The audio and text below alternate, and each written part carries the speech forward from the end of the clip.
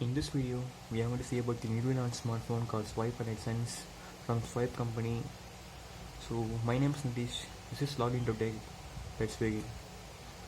So speaking the design of the phone, you get 5-inch display.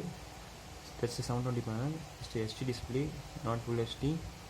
Onto the top, you get 8 megapixel camera, an earpiece, and some sensors, and a notification LED. At the bottom of the display, you get 3 capacitive buttons which are not backlit. Onto the bottom of the phone, you get micro USB charging port and a microphone. And to the left, you get a power key and a volume buttons. And to the top, you get a 3.5mm audio jack.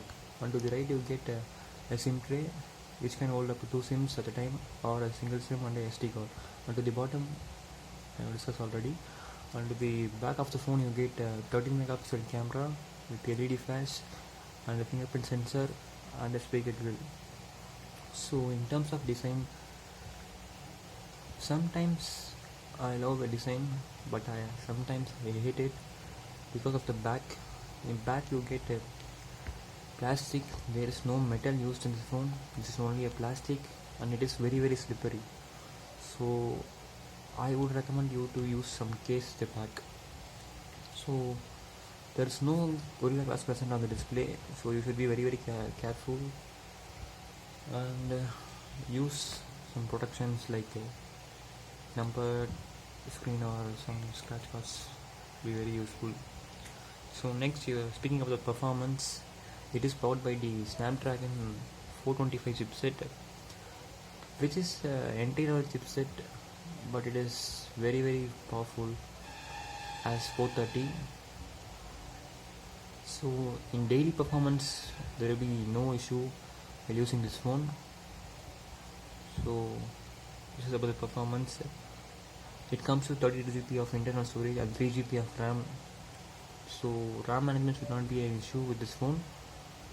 And the CPU can handle heavy games like Asphalt 8. I have played Asphalt 8 in this mobile, and at times it severely lag, but most of the times it plays every game without any lag. And day-to-day performance, there is no issue with day-to-day performance. So this is about the performance.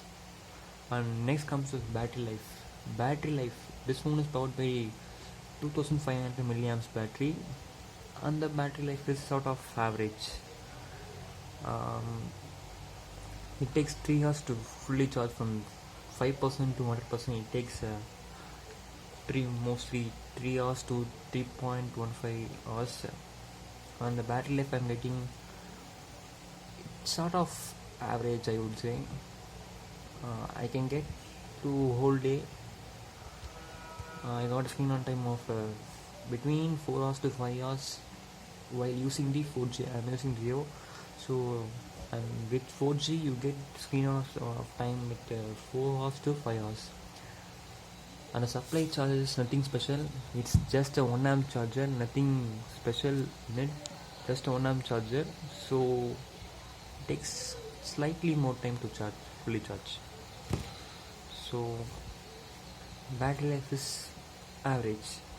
So next, speaking about the camera, you get a front 8 megapixel camera, and to the back you get 13 megapixel camera. So I would say camera is just average, I would say, nothing special.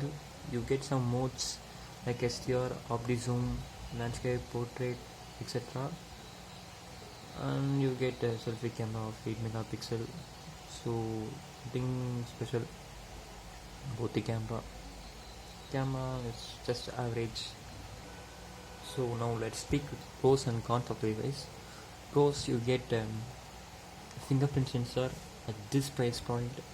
For 7500 you get fingerprint sensor and a good design overall, I would say. You get 32GB internal storage and 3GB of RAM at this price point. No phones are offering at this point. The phone is snappy at times, but at times it severely lag. Battery life is sort of okay. And one more thing, this is a OLT supported smartphone, so you can use Geo SIMs and it works perfectly fine. So these are the pros of the phone. Let's speak about the cons. First thing I don't like about this phone is the speaker output. The speaker output is quite good but not too loud. I wish it would be slightly more loud. So that's one issue. And one more thing is headphone jack. The headphone jack sound is just below average, I would say. Nothing special in it. You can listen to songs, but it's not the great one. So these are two. And one more thing is this phone does not have any Gorilla Glass protection, so you should be very careful with this phone. So just get a tempered screen and place it. This would be very useful. I have noticed one more thing. At lock screen, you cannot change the lock screen. It's a default lock screen. You should be fixed with it. You cannot change. The company has not provided the option to change the lock screen. I don't know why the hell this company is doing.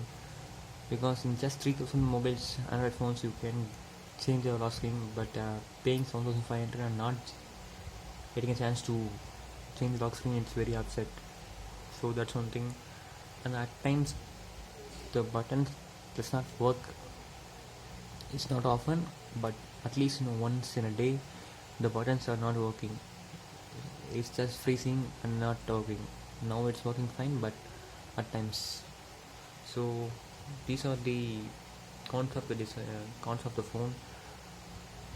But day-to-day use, this phone is very good phone. Considering the price point of the phone, just 7499, you get 32 GB of internal, 3 GB of RAM, and 425 processor, which is a very good processor, I would say, for the entry level.